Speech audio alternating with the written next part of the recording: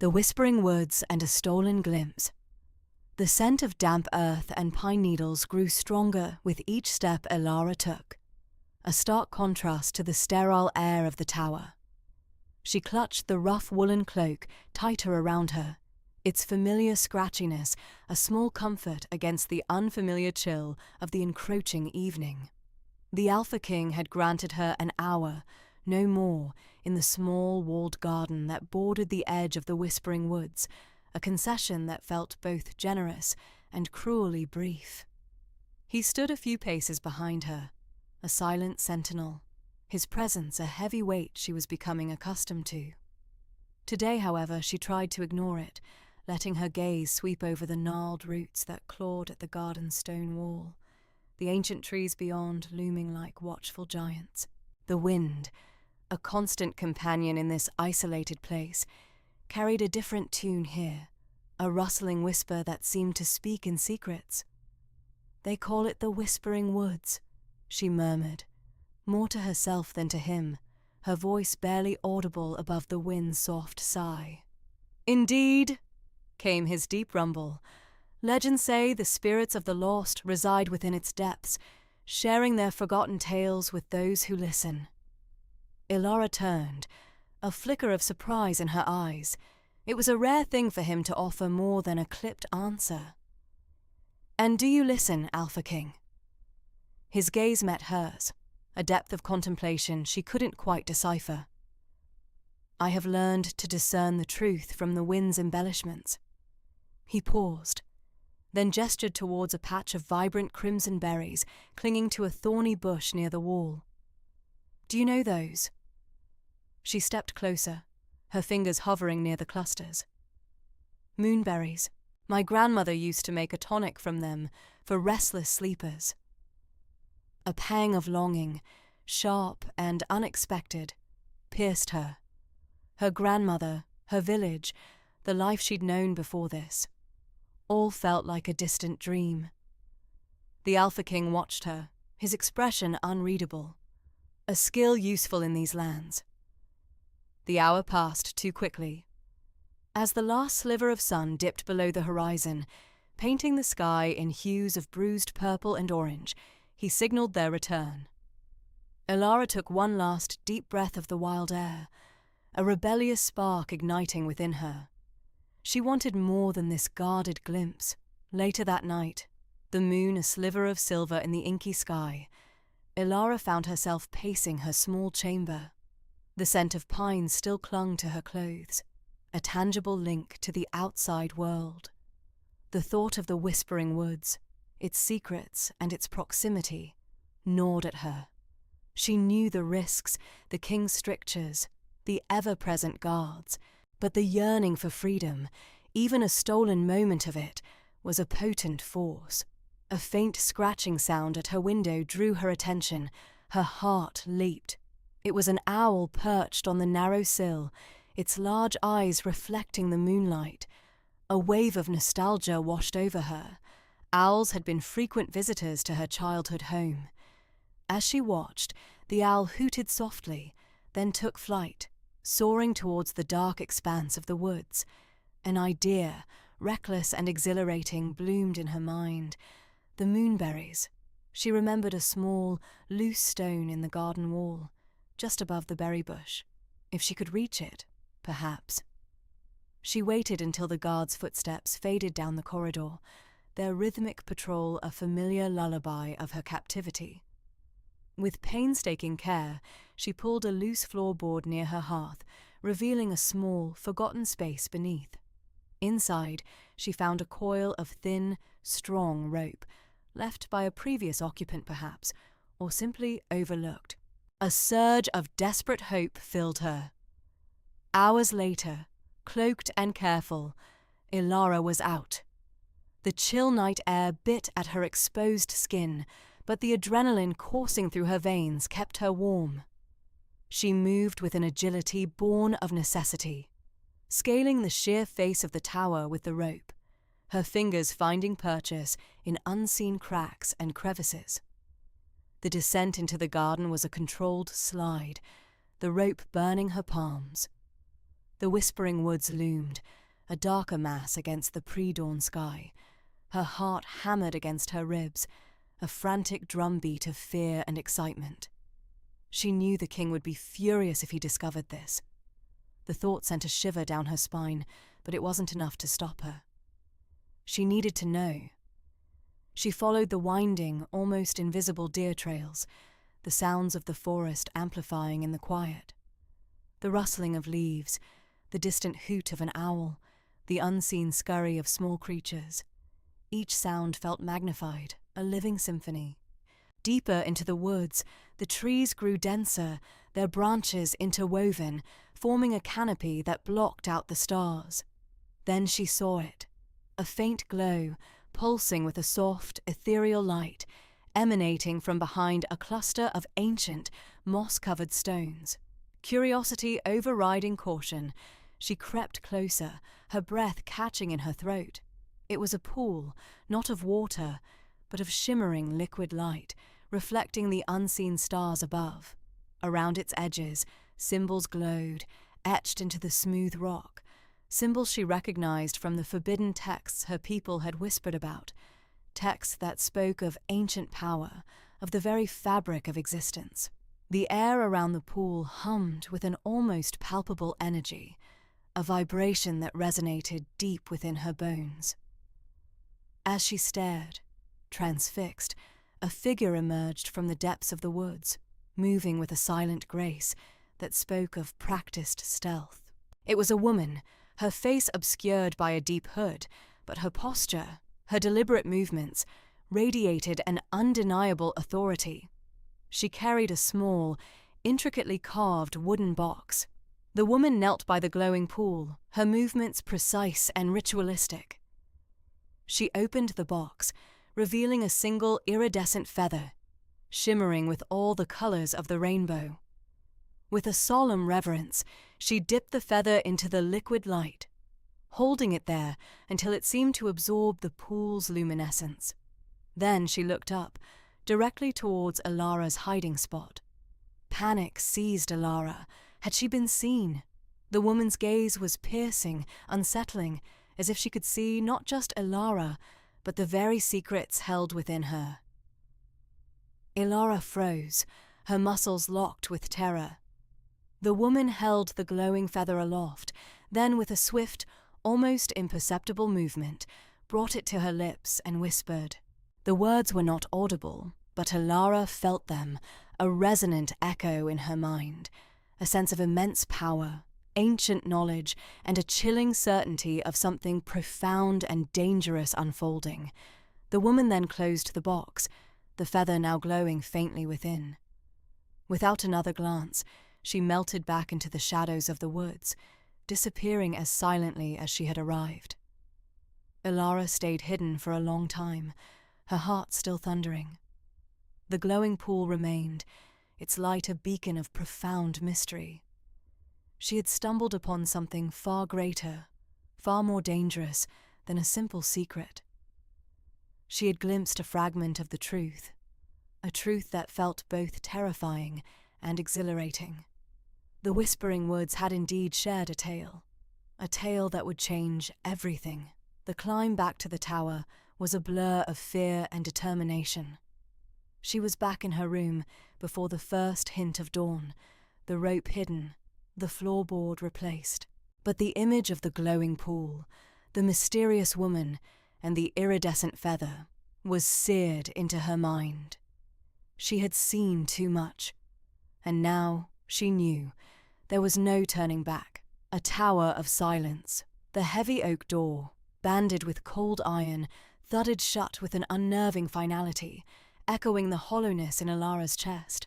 The air within the tower was thick with the scent of old stone and something else, something cloying and sweet, like dying flowers. She traced a finger over the rough-hewn wall, the grit of it a stark contrast to the smooth, cool feel of the forbidden feather still tucked deep within her tunic. Every shadow seemed to stretch, to writhe, as if the very darkness itself was alive and watching. Her escape into the Whispering Woods, the intoxicating freedom of the moon on her skin, now felt like a fragile dream. The shimmering pool, the mysterious woman, the iridescent feather. They were not a dream, but a dangerous truth. A truth that had drawn the Alpha King's wrath and sealed her within these isolating walls. She hadn't seen him since the moment his guards had dragged her back from the forest's edge, his face a mask of thunderous fury. That single, terrifying look had spoken volumes, solidifying her fear that her secret was not just known, but condemned. Days blurred into a monotonous cycle of silence and solitude. The only sounds were the wind sighing through the narrow slits of windows high above, and the rhythmic thump of her own heart. Meals, bland and unvarying, appeared as if by magic through a small, latched opening in the door, a faceless exchange that only emphasized her isolation. She spent hours by the window, gazing out at the endless expanse of the Alpha King's domain, a verdant tapestry that now felt like a cage. The whispering woods, a darker smudge on the horizon, seemed to mock her with its inaccessible freedom. Then, one evening, a different sound. Not the shuffling of a guard, but a heavy, deliberate tread ascending the winding stone stairs. Ilara's breath hitched, a knot of dread and a flicker of something else, something akin to a desperate hope, tightened in her stomach. The bolt scraped back with a grating shriek, and the heavy door swung inward. The Alpha King stood framed in the opening, a towering silhouette against the dim hallway. His presence filled the small chamber, an almost physical weight. He wore no crown, no elaborate regalia, just simple, dark leather. Yet his authority was undeniable. His eyes, usually sharp and commanding, were shadowed, unreadable. He stepped inside, the door closing behind him with a soft click that was more unsettling than a bang. He didn't speak, merely surveyed the room. Then Ilara, his gaze lingering on her face.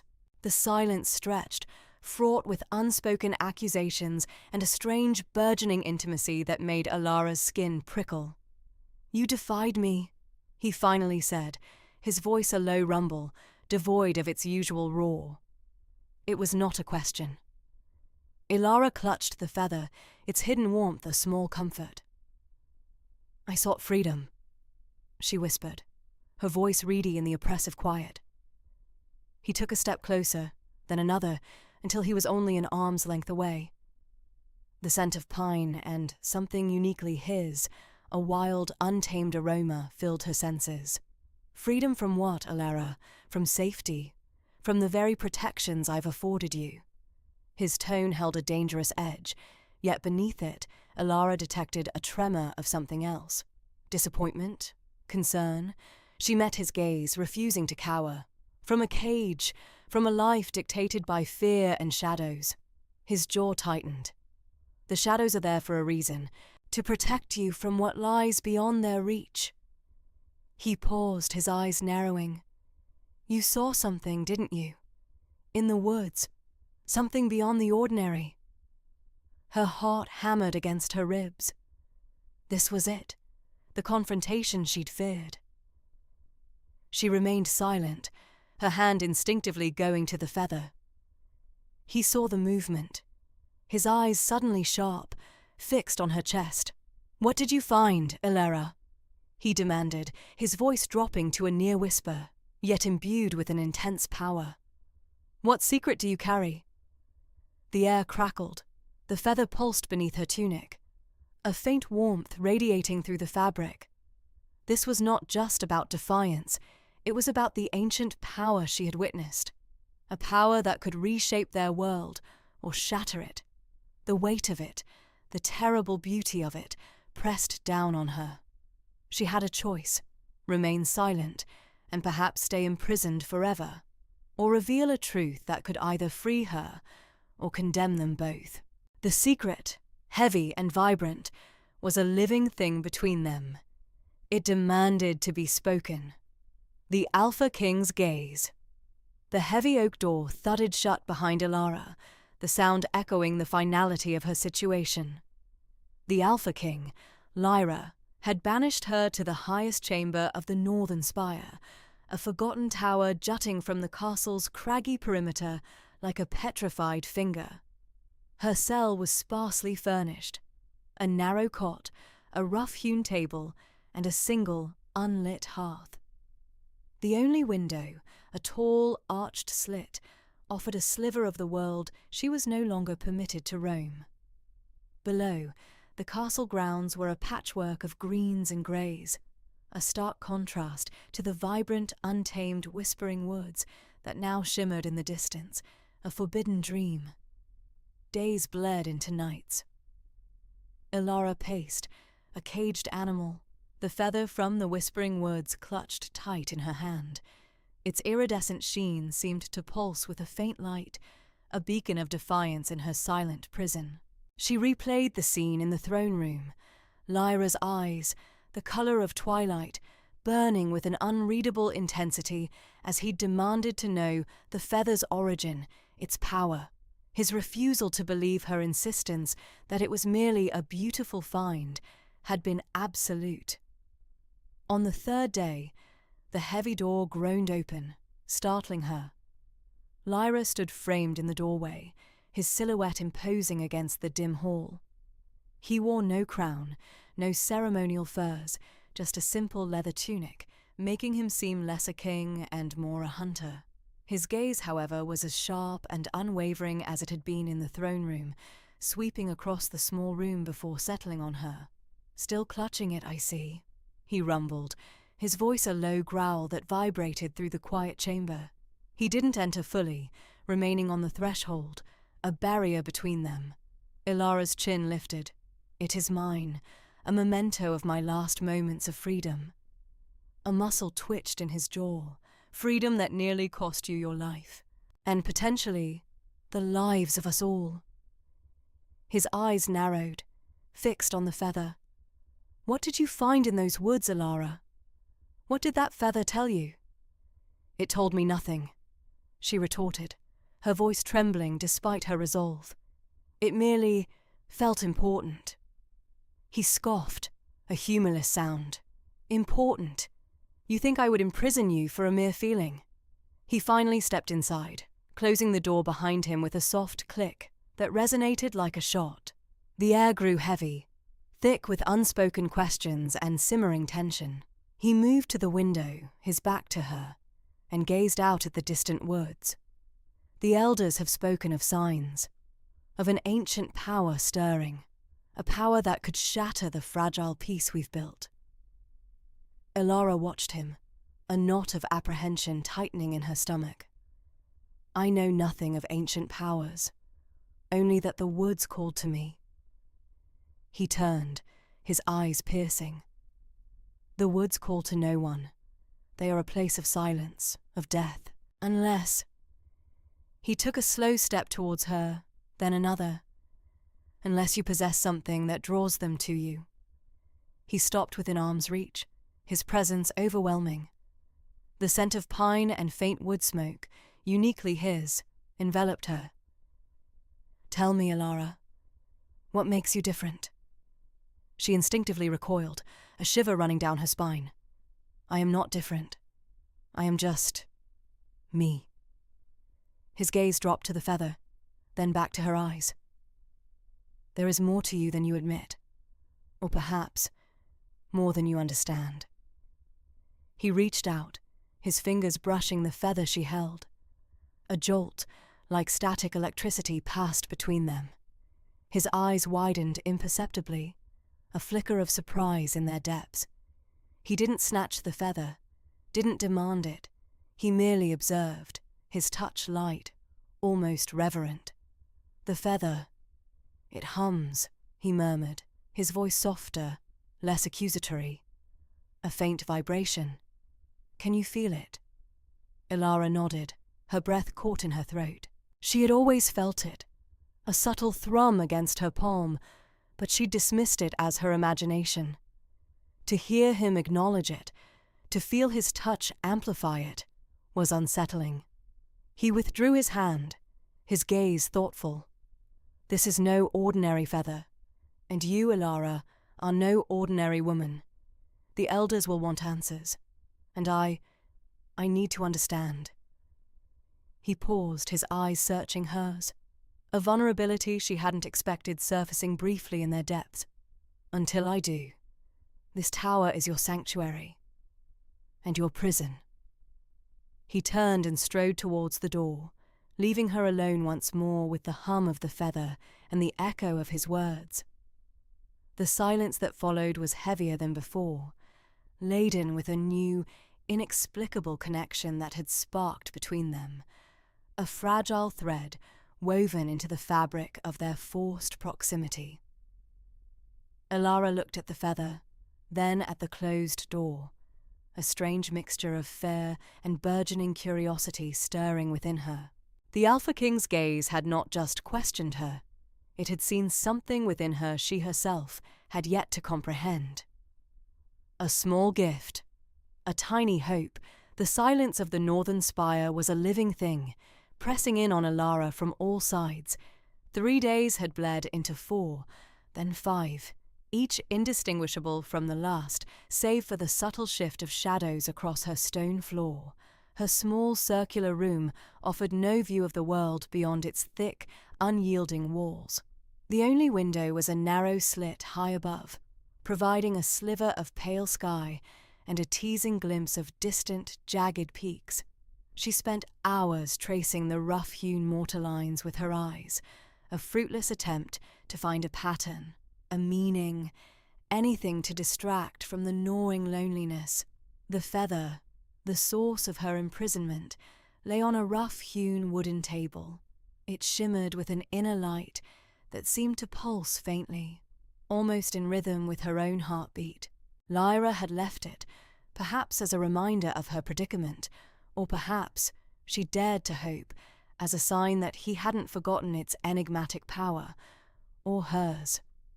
Each time her gaze fell upon it, a strange warmth spread through her chest, a flicker of connection to something ancient and vast. On the morning of the 6th day, the heavy iron door groaned open, shattering the oppressive quiet. Alara's head snapped up.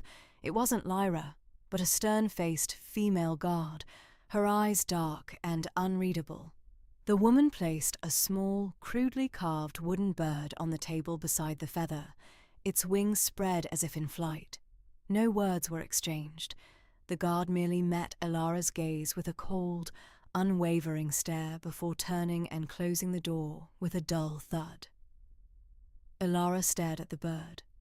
It was simple, unadorned, but the craftsmanship was delicate, each feather of its tiny wings etched with surprising detail. A gift. From whom?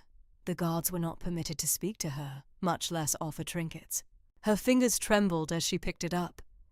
It was light, smooth beneath her touch. A faint scent of cedar clung to the wood. Hope, a fragile, trembling thing, unfurled in her chest. Someone, somewhere, remembered her. Someone cared. The next evening, Lyra returned. He stood in the doorway, a formidable silhouette against the flickering torchlight of the corridor. His usual regal bearing was tempered by a subtle weariness etched around his eyes. He didn't enter fully, merely leaned against the frame, arms crossed over his broad chest. "The feather still holds its secrets, Alara?" His voice was a low rumble, devoid of its usual sharp edge. Alara clutched the wooden bird in her hand, hiding it from his view. "Secrets are often kept not by choice, but by circumstance, Alpha King." He pushed off the doorframe, taking a step inside. "And your circumstance, I believe, is self-imposed." He gestured to the feather on the table. "You claim you know nothing of its origin, yet it glows for you. It responds to your touch." "It always has," she admitted, her voice soft. "Since I found it, years ago, near the old growth." Lyra's eyes narrowed. "The Whispering Woods. You admit to trespassing in forbidden territory." "I was a child," she retorted, a flash of defiance in her eyes.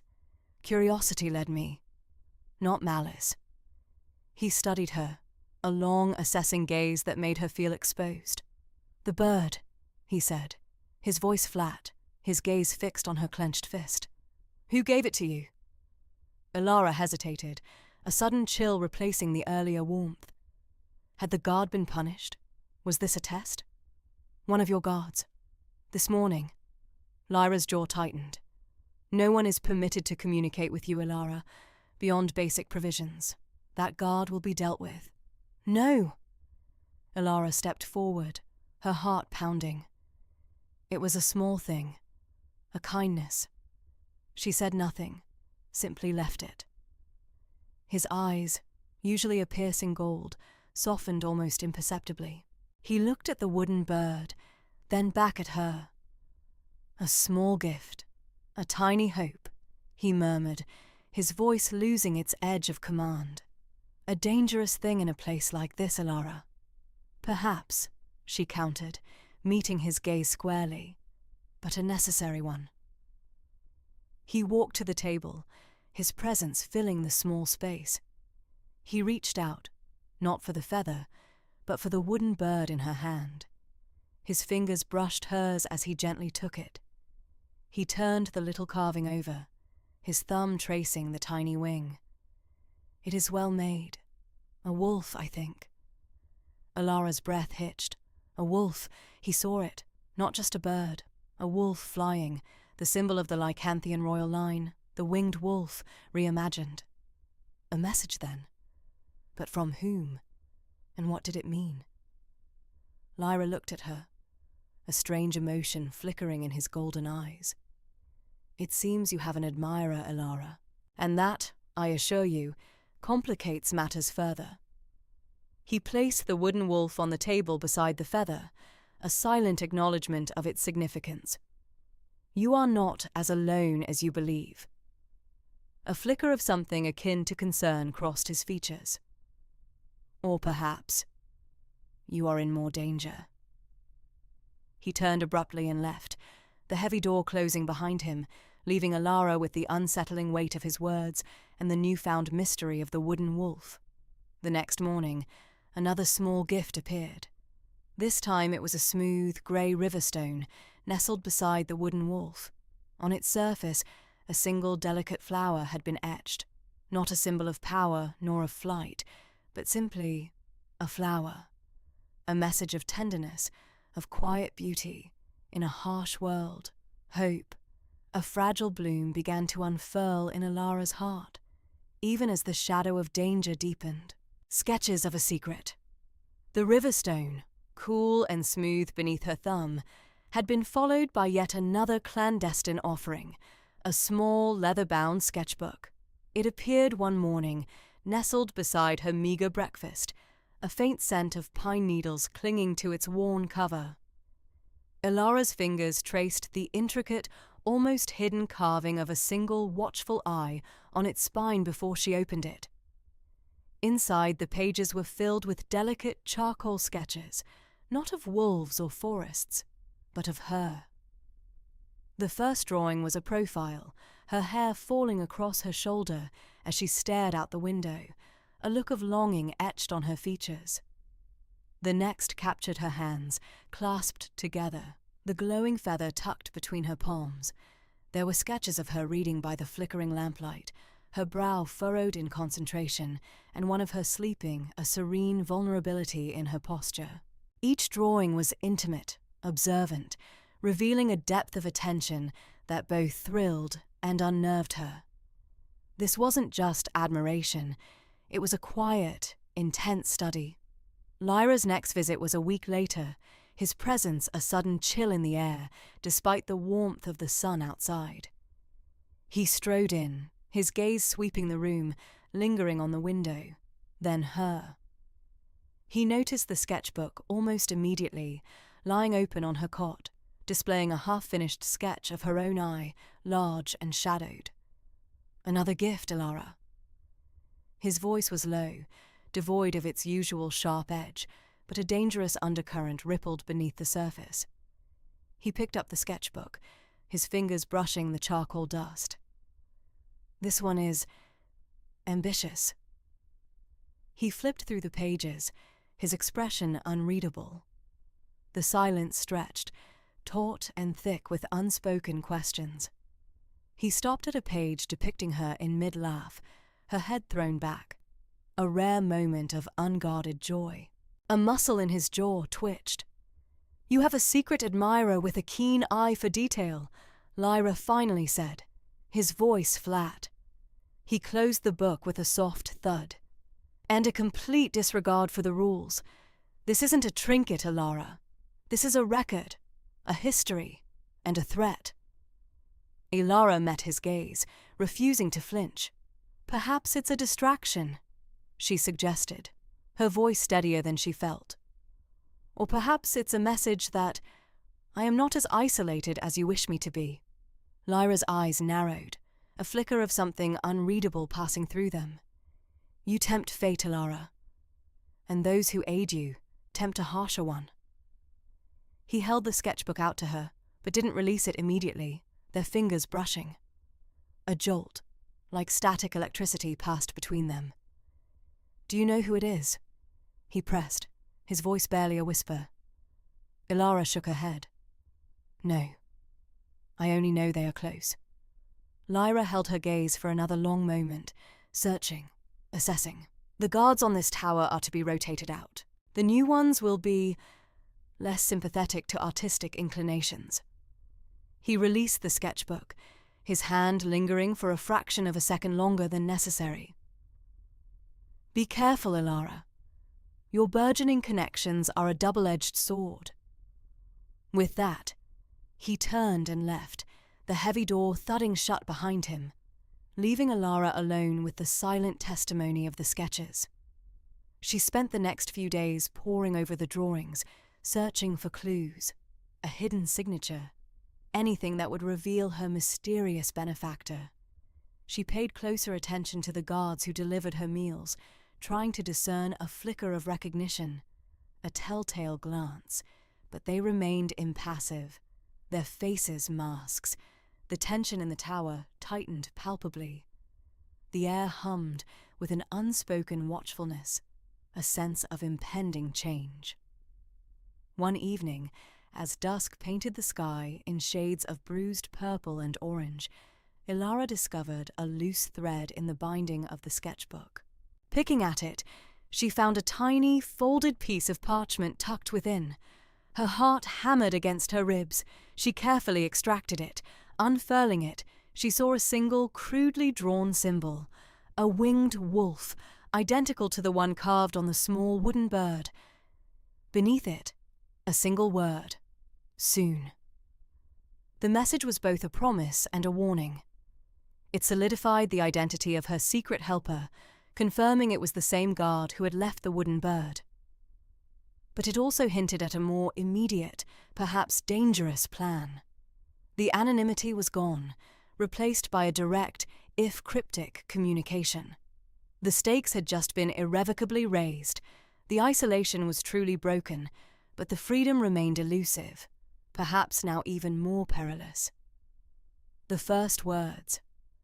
The scent of pine and damp earth still clung faintly to Ilara's clothes, a ghost of the freedom she craved. She traced the etched lines of the winged wolf on the final page of the sketchbook, her finger lingering on the word soon. A shiver, not entirely of fear, pricked her skin. Someone was out there watching, planning, and now communicating. The isolation of her tower prison, once absolute, had cracked. A soft tap at her door startled her. It wasn't Lyra's usual deliberate knock.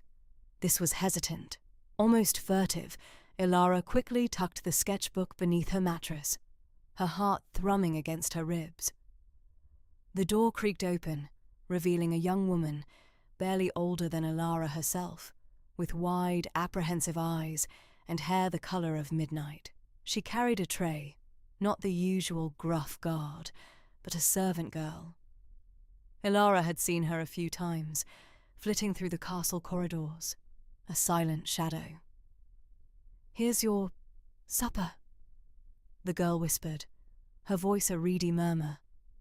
She set the tray on the small table, her gaze darting to Alara, then quickly away. The air thickened with unspoken words. Alara watched her, a knot of anticipation tightening in her stomach. "Thank you," she said, her voice softer than she intended. The girl nodded, her hands fidgeting with the hem of her simple tunic. She made to leave, then paused, her back to Alara. They say you have a gift," she breathed, the words barely audible. Ilara's breath caught. "Who says?" The girl turned, her eyes wide with a mixture of fear and awe. "Everyone. The whispers. About the woods. About the feather." She clutched a small, crudely carved wooden bird in her hand, her knuckles white. "My name is Ren. They say you can help us." A jolt went through Alara. This wasn't just a helper. This was a plea. "Help you with what, Ren?" Ren took a tentative step closer, her voice dropping to a conspiratorial whisper. "The king. He grows harsher. The taxes, the raids on the outlying villages. It's worse than ever. There are rumors of a great power awakening, a magic that could change everything. And they say, you are tied to it." Her gaze fixed on the feather tucked into Alara's braid. Alara felt a sudden surge of protectiveness, not just for the feather, but for the hope in Ren's eyes. "I don't understand," Alara said, trying to keep her voice even. "What can I do?" Ren leaned in further, her eyes shining. "The symbol, the winged wolf. It's a sign of the ancient guardians, those who protected the balance. We thought they were lost, forgotten. But the drawings, they've been circulating, secretly. And now, you're here." Ilara's mind raced. The sketchbook, the soon. This was bigger than she'd imagined. The drawings weren't just a secret admirer's art. They were a rallying cry. "Who is we?" Before Ren could answer, a loud, heavy tread echoed in the corridor. Ren's eyes widened in terror. She shoved the small wooden bird into Ilara's hand, a desperate plea in her eyes. "They're watching. Be careful. The others, they know." With that, she spun and fled, disappearing just as the door swung open again, revealing Lyra. His gaze swept the room, sharp and penetrating, pausing briefly on the untouched supper tray. His eyes narrowed on Alara, a flicker of suspicion in their depths. "Everything all right, Alara?" His voice was calm, but the underlying tension was palpable. Alara clenched her hand around the wooden bird, its rough edges digging into her palm. "Yes, Alpha King. Just a little surprised by the new servant." Lyra's jaw tightened. "New, you say?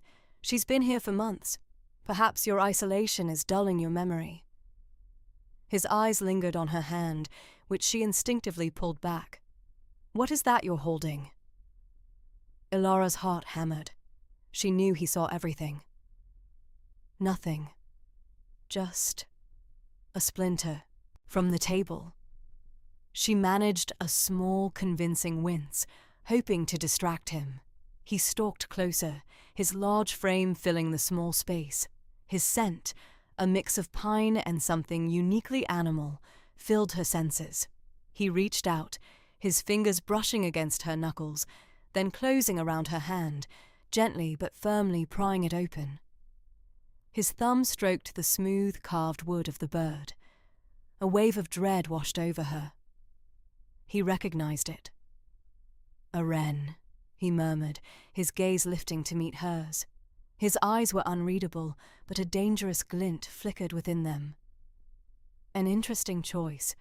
They say wrens are clever, resourceful birds, and they sing to warn others of danger." He released her hand, dropping the wooden bird onto the table with a soft thud. "Tell me, Alara, what danger are you being warned of?" The air crackled with unspoken threats. Alara swallowed, her mind racing for an answer. She felt a profound shift in their dynamic. An invisible line had been crossed. The game had changed. I'm "I don't know what you mean, Alpha King," she finally managed, trying to sound as innocent as possible, even as her pulse roared in her ears. Lyra leaned in, his voice a low growl that sent shivers down her spine. "Don't you? I think you know exactly what I mean. Your burgeoning connections, Ilara, are becoming a liability. For both of us." He straightened, his gaze hard as flint. "And those who conspire in my castle will find their wings clipped, permanently." He turned to leave, pausing at the door. "Eat your supper, Ilara. And remember, eyes and ears are everywhere, especially mine." The door closed with a soft click, leaving Ilara alone in the suddenly silent room. She stared at the wooden bird on the table, a stark symbol of the fragile, dangerous hope that had just been placed in her hands. Wren, the winged wolf. Soon. The first words had been spoken, and the war for her freedom, and perhaps for something far greater, had officially begun. A kingdom's ailment. The confiscated wren, smoothed by countless worried rubs, felt cool and solid in Lyra's palm. He turned it over, the delicate carving of feathers and beak a testament to a quiet defiance. Wren, the servant, had been surprisingly brave and foolish.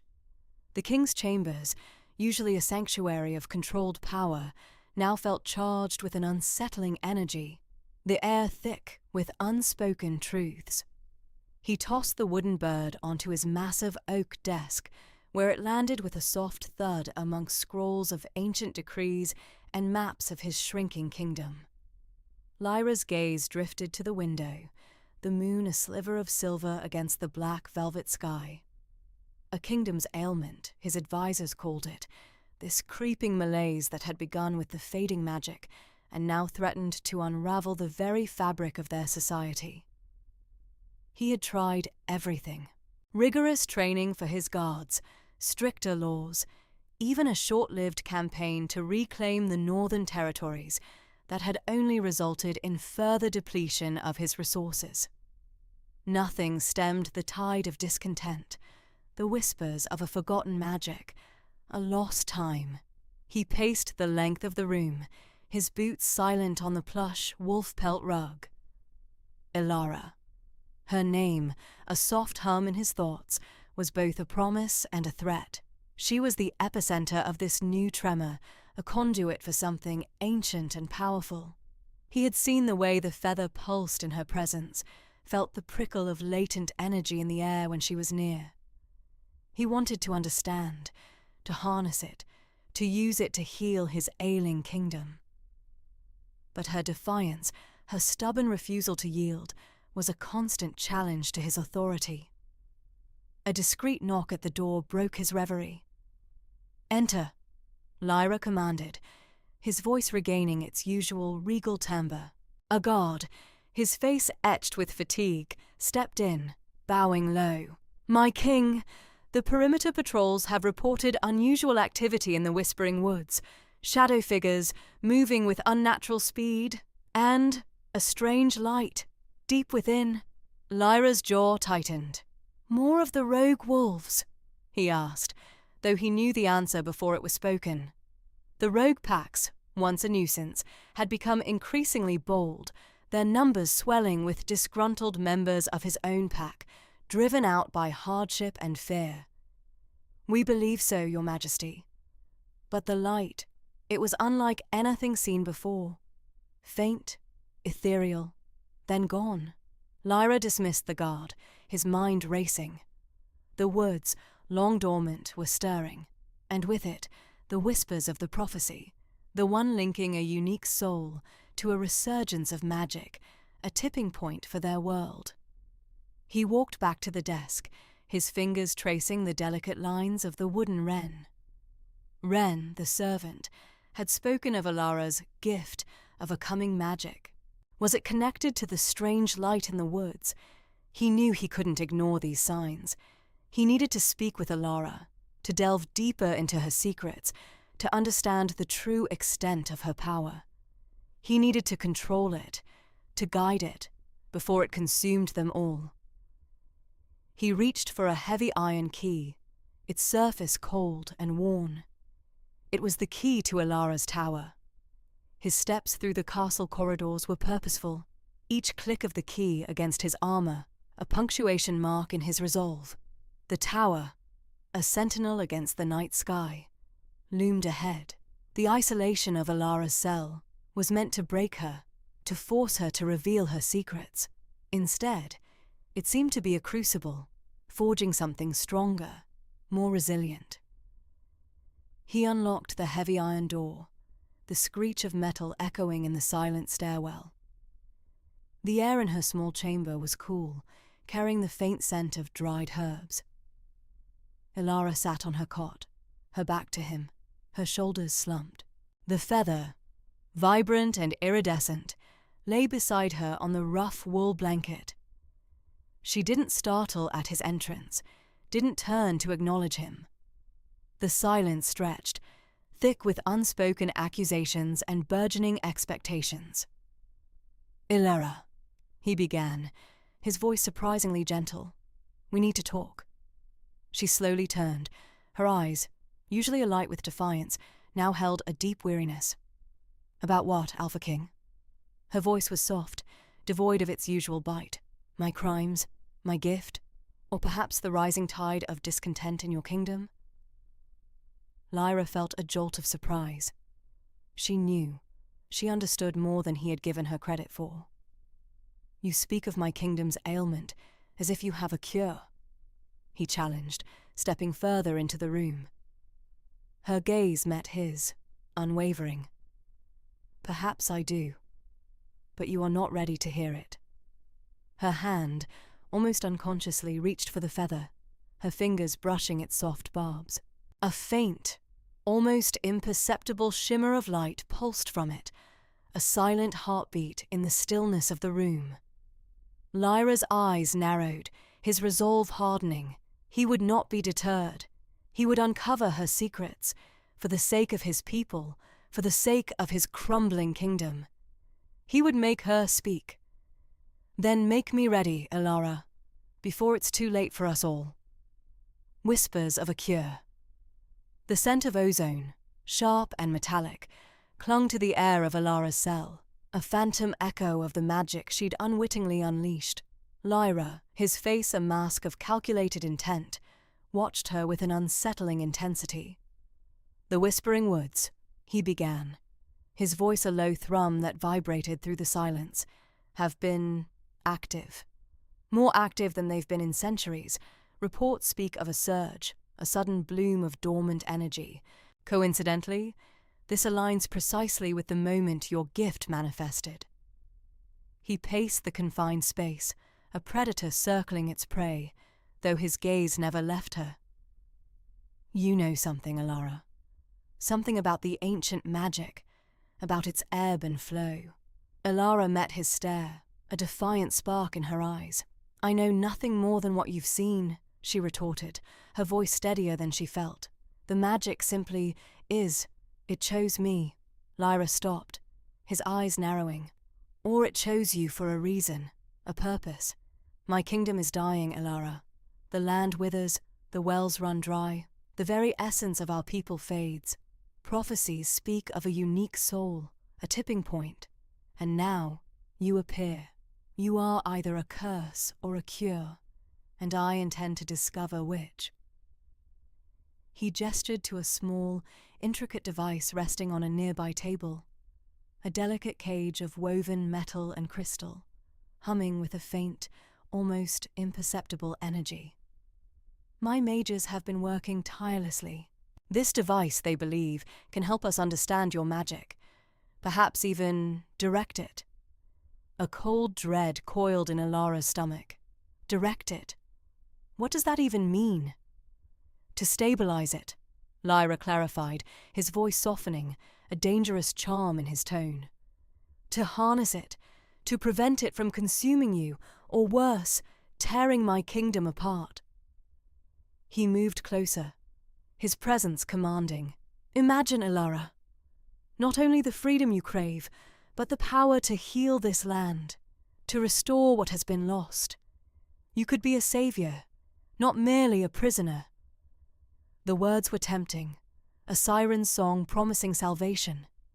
But the fear of the unknown, of being a pawn in his desperate game, gnawed at her. "And if I refuse?" she challenged, her chin lifting. Lyra's expression hardened. "Then we are both lost, and with us, this kingdom. Do you truly wish to bear that burden?" He held her gaze, a silent battle of wills playing out. "Think on it, Alara. Your cooperation could mean life for millions, and perhaps, for you, a different kind of freedom than you ever imagined." Later, the cell door creaked open, admitting a young woman with a solemn face and kind eyes. Her name was Wren, one of Lyra's trusted attendants, though Alara had come to see a flicker of empathy beneath her professional demeanor. Wren carried a tray with a meager meal, but her gaze was fixed on the device on the table. "The king told me to inform you," Wren began, her voice hushed, "that the mages believe the device needs sustained proximity to your magic, to calibrate itself." She cleared her throat, her eyes darting to the door. "He intends to begin the process tomorrow." Ilara's heart pounded. Proximity? How close? Wren hesitated, then glanced around as if fearing unseen ears. They spoke of a connection, a resonance. For it to truly understand your unique energy, it needs to be near you constantly, perhaps even on you.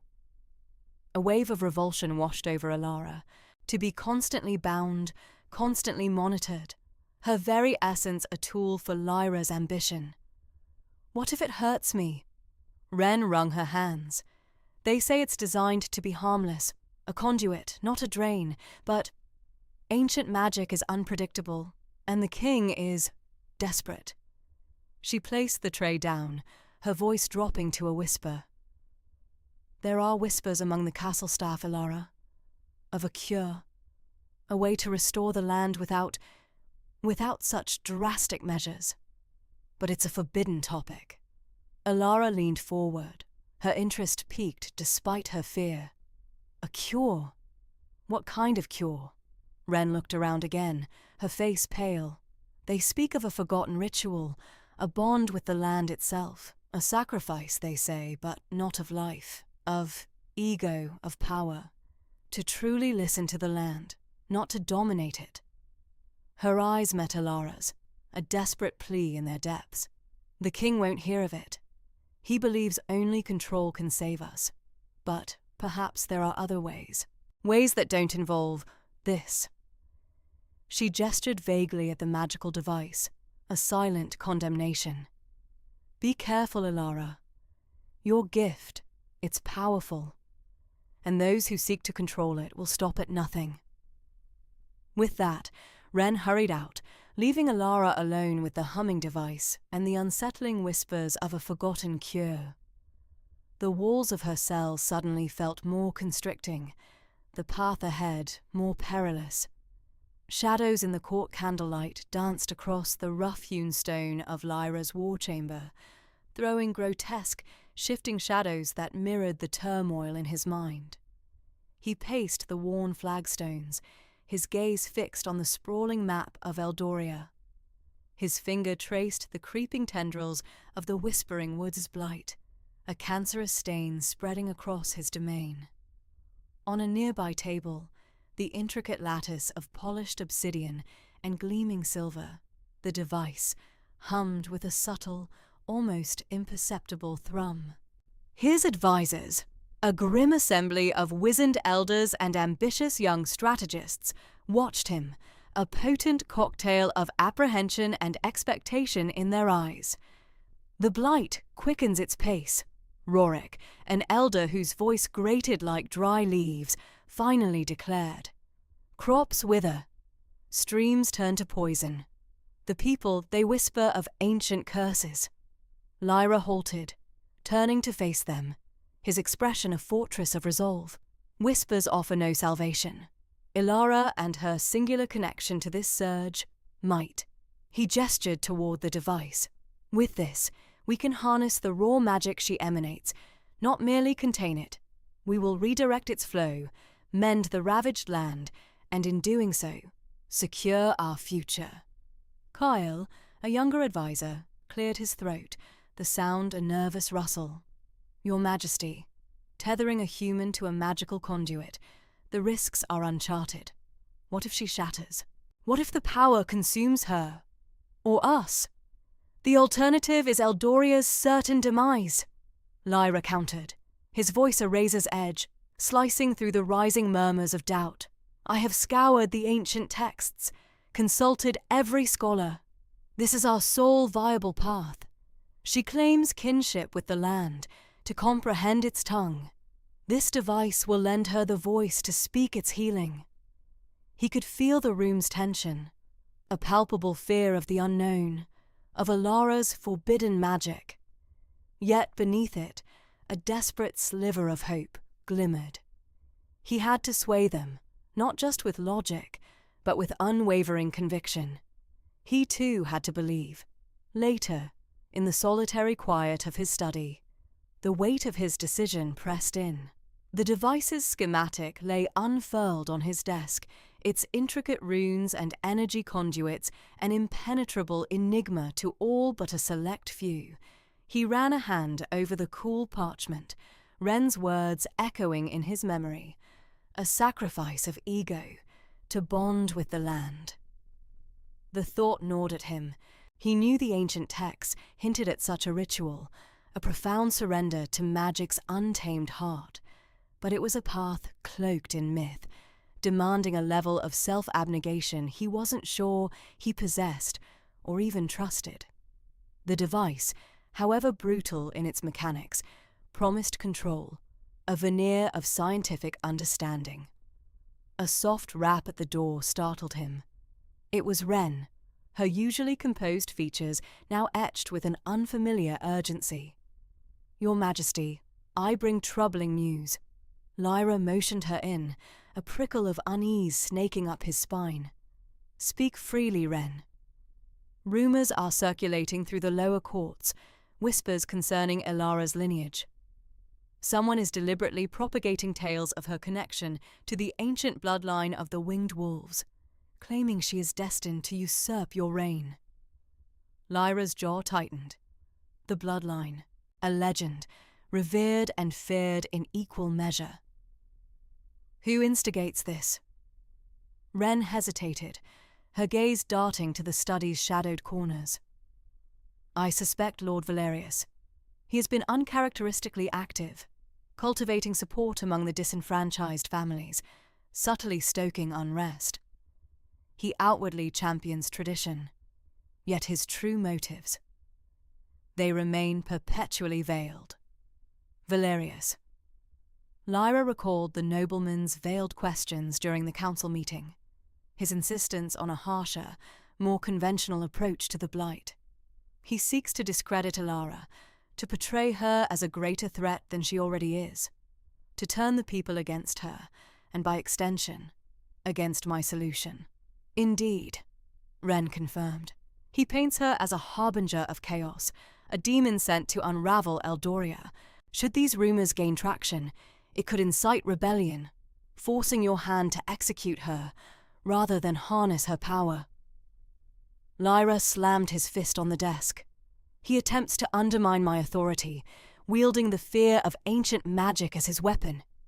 He will not succeed." Wren's expression softened, a hint of concern in her eyes. "Your Majesty, these whispers also suggest a different kind of power within Elara, one that cannot be bound by mere mechanisms, a power that responds to a different kind of sacrifice." Her gaze held his, a silent plea for him to consider the alternative, the path of the forbidden ritual. The words hung in the air, heavy with unspoken meaning. Lyra felt the familiar internal struggle, his rigid adherence to control, the scientific approach, warring with the unsettling ancient wisdom Wren offered. The device promised certainty, a tangible solution. The ritual promised what? A leap of faith into the unknown, a surrender that felt like weakness. Yet, Valerius's machinations had injected a new, dangerous layer into his dilemma. If Elara was truly a symbol, a lightning rod for ancient magic and popular descent, then merely binding her to a machine might prove insufficient. He needed to control the narrative, to comprehend the true depth of her power, before Valerius's shadows engulfed them all. The Heartbloom's true nature. The air in the king's private workshop, usually thick with the scent of ozone and singed metal, now carried a faint, acrid undertone, the creeping decay of Eldoria itself. King Lyra, his face etched with a new, weary line beneath each eye, watched the Heartbloom device pulsate with a sickly violet light. It was complete, a metallic spider with crystalline limbs poised to pierce the very fabric of existence. Ren, her expression a careful blend of deference and subtle disapproval, stood a respectful distance away, her gaze drifting from the device to the swirling blight visible through the panoramic window. "The blight encroaches further, Majesty," she murmured, her voice a soft counterpoint to the hum of the Heartbloom. "The northern forests are beyond saving." Lyra clenched his jaw, a muscle twitching beneath his taut skin. "Then our timetable is compressed. The device must be calibrated immediately. Elara's presence is required." Ren hesitated, then took a measured step closer. "Majesty," the whispers of Lord Valerius grow louder. His claims of Elara's forbidden lineage are gaining traction among the populace. To parade her before the court, to use her as a mere conduit, it risks more than just her life. It risks the stability of your rule. Lyra turned, his eyes like chips of flint. "Are you suggesting I allow Eldoria to wither to dust for the sake of public opinion?" "I suggest a different approach," Ren replied, meeting his gaze without flinching. "One that honors the true nature of the Heartbloom and of Elara's connection. The blight is not merely a physical ailment, it is a spiritual one. The land demands more than a siphoned surge of power. It demands reconciliation." Lyra scoffed. "Reconciliation? With what? The very magic that seeks to destroy us? With itself, Majesty? And with us?" The ancient texts speak of the Heartbloom not as a tool of extraction, but as an anchor, a vessel for a willing heart to commune with the land, to offer itself not in sacrifice of life, but of ego, to merge, not to dominate. Ren's voice grew softer, almost a whisper, yet it held a resonant power. "A true bond, not a forced one. A queen, not a prisoner." Lyra stared at her, a flicker of something unreadable in his eyes. Surprise, perhaps, or a dawning, unwelcome understanding. "You speak of a ritual," he finally said, the words heavy with disbelief. "A pagan ceremony instead of the precise application of science." "Science interprets the mechanisms, Majesty. Ritual understands the essence," Ren countered. "And the essence of the Heartbloom, when properly engaged, is not merely to funnel power, but to restore the natural flow. To heal through harmony, not through force. Elara's unique connection is not simply a power source to be tapped, but a bridge to an ancient understanding we have long since forgotten." A tremor ran through the room, not from the device, but from the land itself. The blight seemed to pulse with an intensified malevolence, visible even through the thick, enchanted glass. Dust motes danced in the air, catching the sickly violet glow. "The risks of your ritual," Lyra said, his voice laced with suspicion. "What are they? For Elara, profound vulnerability. For Eldoria, a chance at true rebirth. For you, Majesty." Ren paused, her gaze unwavering. "The greatest risk of all, humility. To relinquish control, to trust in a power beyond your command, and to allow the land to choose its own path to healing." Lyra paced, his boots echoing sharply on the polished floor. The idea of relinquishing control was anathema to him, a king forged in the crucible of tyranny. Yet the blight outside pressed in, a cold, undeniable reality. Valerius's whispers, Ren's veiled challenge, and the desperate cry of his dying kingdom converged, forcing him to confront a truth he had long avoided. His methods were failing. And if this reconciliation fails? Lyra demanded, stopping abruptly before Ren. Then we have learned the true nature of the Heartbloom, Ren said, her voice devoid of fear, and of ourselves. But I believe, Majesty, that it will reveal the true nature of Ilara's destiny. Lyra's gaze drifted back to the Heartbloom, then to the swirling blight. He saw not just the device, but the desperate hope of his people. He saw not just Ilara, but the potential for a rebirth he hadn't dared to dream of. The very act of considering Ren's proposition felt like a chasm opening beneath him, a terrifying leap into the unknown. But the alternative was certain doom. He had to choose. "Prepare the ritual," Lyra finally declared, his voice low, but firm. "But know this, Ren, if this is a deception, if Ilara is lost, or if Eldoria perishes, you will answer for it." Ren bowed, a faint, almost imperceptible smile touching her lips. "As will we all, Majesty. As will we all." Escape to the woods. The crisp morning air, usually a balm, felt like a tightening noose around Ilara's throat. News of her lineage had spread like wildfire through the castle, fanned by whispers of ancient prophecies and the volatile undercurrent of Lyra's desperate agreement to Ren's ritual. The guards, once merely watchful, now regarded her with a potent mix of awe and suspicion, their gazes lingering on her, as if searching for some visible sign of the forbidden power they now believed she held. Ren's urgent, hushed conversation with Lyra yesterday, barely audible through the thick oak door, still echoed in her mind. The people are agitated. They believe she is a threat, or worse, a pawn. Lyra, for his part, had been conspicuously absent since their fraught conversation. His silence was a heavier burden than his pronouncements. Ilara felt the walls of her chamber pressing in, the air growing thick with unspoken accusations and the clamour of a city on edge. The castle, usually a bastion of controlled power, now vibrated with a nervous energy that promised imminent eruption. She knew she couldn't stay. Not if she truly wished to help Eldoria, and certainly not if she wanted to survive. Her plan, hatched in the restless hours before dawn, was reckless but necessary. She'd observed the changing of the guard, the subtle shifts in their patrol patterns, the precise timing of the kitchen deliveries. The window in her chambers, though barred, offered a narrow ledge that connected to a less-travelled service stairwell. It was a perilous descent, but the alternative, remaining a captive symbol, was far worse. As the first sliver of dawn painted the eastern sky in muted greys and purples, Ilara moved. She had salvaged a length of sturdy twine from a forgotten basket in her room, a relic of some long-ago occupant. Tying it securely to a loosened curtain rod, she tested its strength, her palms sweating.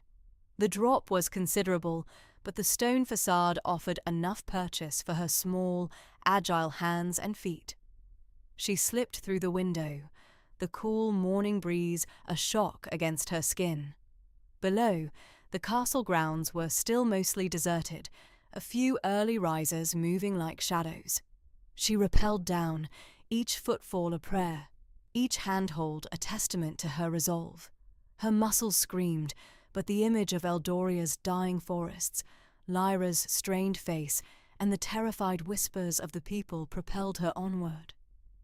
Finally, her boots touched solid ground, landing softly on the dew-kissed grass of the inner courtyard. She moved with practiced stealth, hugging the shadows of the castle walls, her heart hammering against her ribs.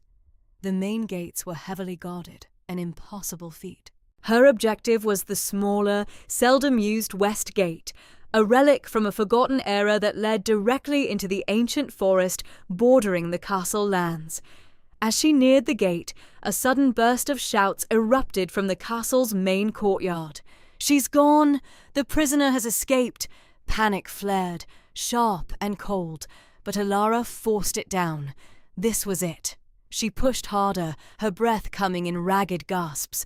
The West Gate, rust-eaten and overgrown with ivy, loomed ahead. It was secured by a heavy, ancient chain and padlock. She pulled at it, her fingers fumbling with the unfamiliar mechanism. The metal was cold, unyielding. Just as despair began to creep in, a figure emerged from the dense undergrowth beside the gate. It was Kai, his face grim, a coil of rope slung over his shoulder, a small satchel clutched in his hand. "Ren sent me," he whispered, his eyes darting towards the commotion in the castle. "He anticipated your initiative." Relief, potent and dizzying, washed over Alara.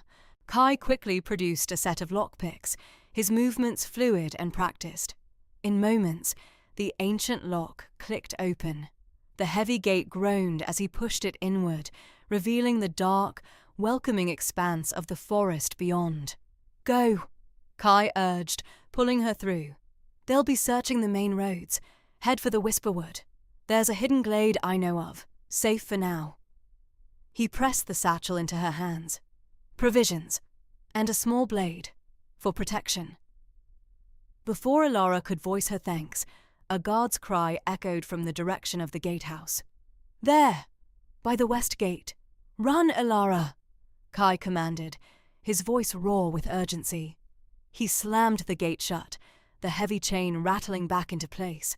Without another word, he turned, drawing his own short sword, and positioned himself in front of the locked gate, facing the approaching guards. A diversion, a sacrifice. Alara hesitated, a wrenching pull to stay and help him. But she knew she couldn't. Kai's sacrifice would be meaningless if she were caught.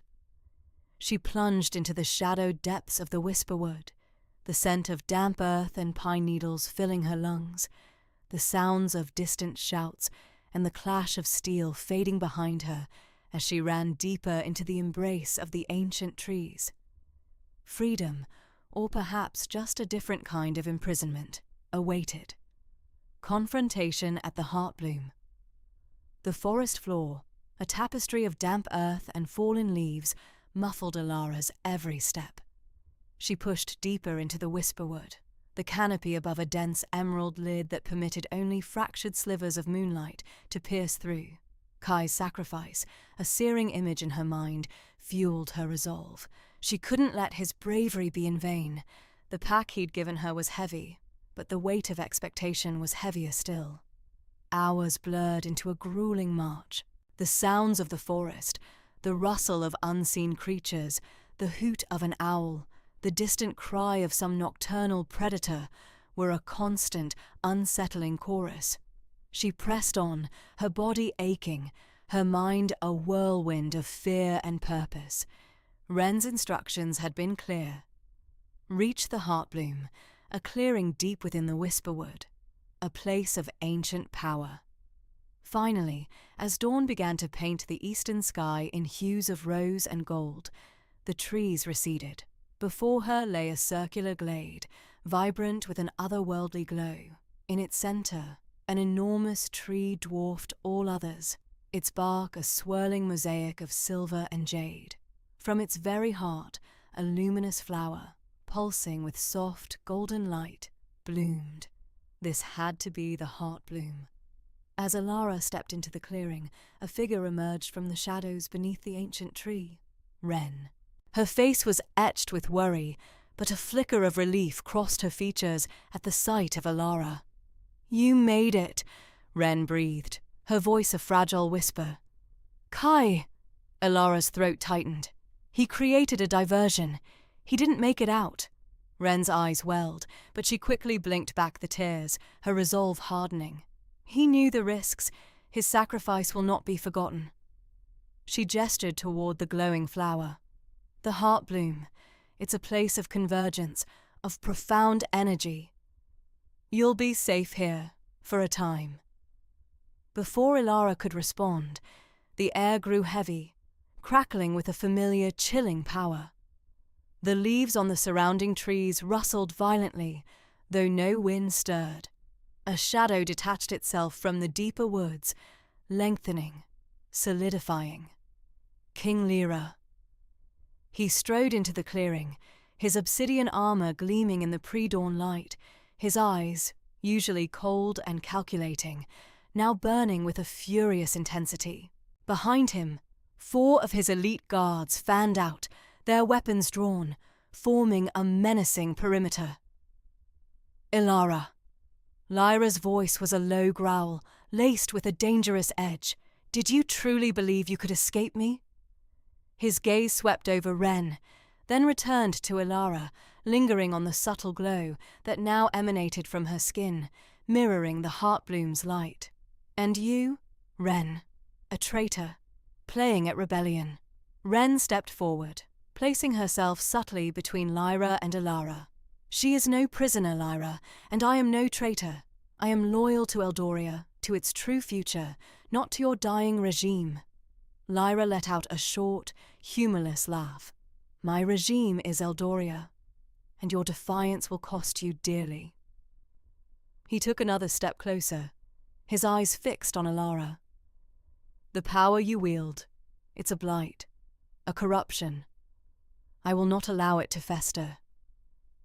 Ilara felt a strange warmth spread through her veins, a tingling sensation that intensified with Lyra's proximity. She met his gaze, refusing to cower. "It's not a blight, Lyra. It's a gift, and it's not yours to control." "Everything in Eldoria is mine to control," Lyra countered, his voice rising, echoing through the clearing. "Especially volatile, destructive magic that threatens to tear this kingdom apart." He raised a hand, and his guards tightened their formation. "Surrender, Ilara. Come back to the castle. We can still manage this." The word manage tasted like a threat. "Manage?" Ilara scoffed, a new boldness swelling within her. "Like you managed my parents. Like you managed the dying lands, draining them of life with your cold science." The words were out before she could truly think, fueled by the Heartbloom's pulsing energy, by Kai's sacrifice, by Ren's unwavering loyalty. Lyra's face hardened, a mask of fury descending. "You speak of things you do not understand. My science is all that protects us. Your magic, it is chaos." He took another step, his hand moving to the hilt of his sword. Ren, seeing the shift in Lyra's posture, pushed Ilara gently behind her. "You will not harm her, Lyra. Not here. Not at the Heartbloom." Suddenly, the golden light of the Heartbloom intensified, bathing the clearing in a blinding brilliance. The ground beneath their feet trembled. A wave of pure energy rippled outwards from the glowing flower, washing over Ilara and Ren, momentarily pushing Lyra and his guards back. Lyra staggered, shielding his eyes. When he lowered his hand, his expression was a mixture of shock and dawning comprehension. The golden aura around Ilara was undeniable, vibrant, pulsing with a life of its own. "What is this?" he whispered, his usual arrogance momentarily replaced by a flicker of fear. Ilara felt the power within her surge, not chaotic but harmonious, ancient. She looked at Lyra, not with fear but with a newfound clarity. "This is Eldoria, Lyra, the true Eldoria. And it's choosing. A kingdom healed, a hero revealed." The air around Ilara shimmered, not with the cold, sterile glow of Lyra's devices, but with a vibrant emerald light that pulsed in harmony with the Heartbloom. It felt ancient and wild, a living current that coursed through her veins, awakening senses she hadn't known she possessed. The ground beneath her feet thrummed, a deep, resonant hum that vibrated up through her soles, connecting her to the very core of Eldoria. Ren, wide-eyed and awestruck, retreated a step, a hand pressed to her mouth, not in fear, but in wonder. Lyra, however, did not share her sentiment. His face, usually a mask of regal composure, was contorted in a snarl of disbelief and fury. "A blight!" he roared, his voice echoing unnaturally in the suddenly vibrant glade. "A corruption! Eldoria rejects this anomaly!" He gestured to his guards, their hands already moving to draw their stun rifles, but the emerald light surged, pushing them back with an invisible force. It wasn't aggressive, merely a firm, undeniable barrier. The air crackled with a primal energy that made the guards falter, their faces paling as if struck by an unseen wind. "No, Lyra."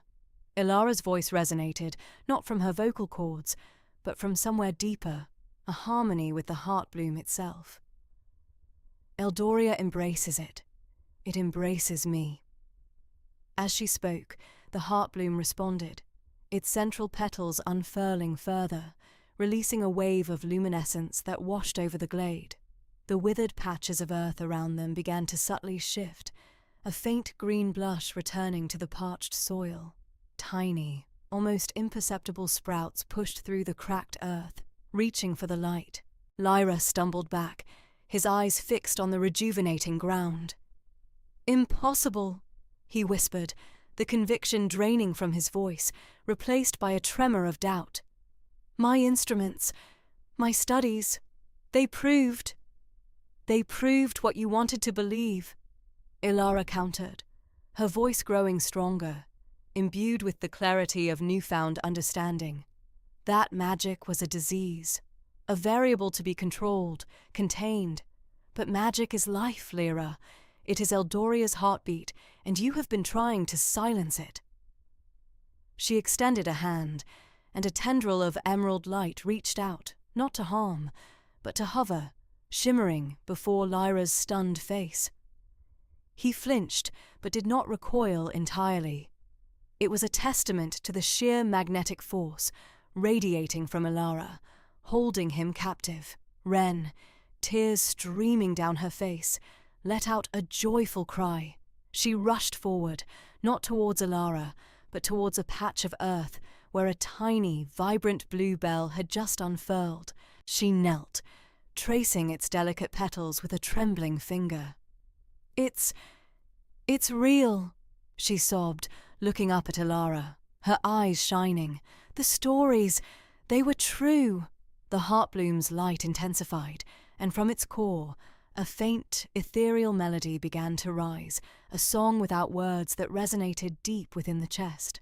It was the sound of ancient earth breathing, of life reclaiming its dominion. As the melody swelled, Lyra's expression softened, a flicker of something akin to awe replacing his earlier fury. His eyes, usually cold and calculating, now held a bewildered vulnerability.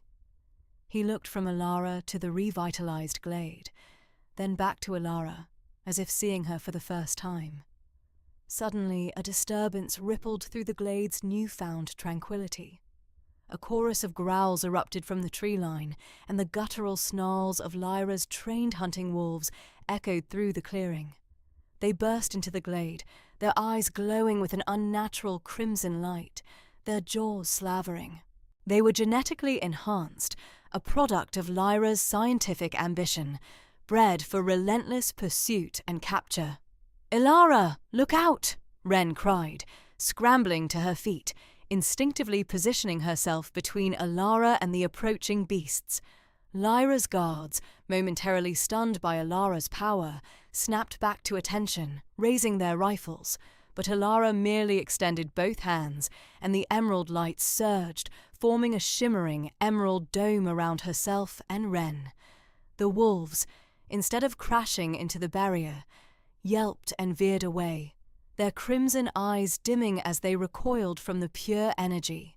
Their enhanced senses, usually their greatest asset, seemed overwhelmed by the heartbloom's vibrant pulse.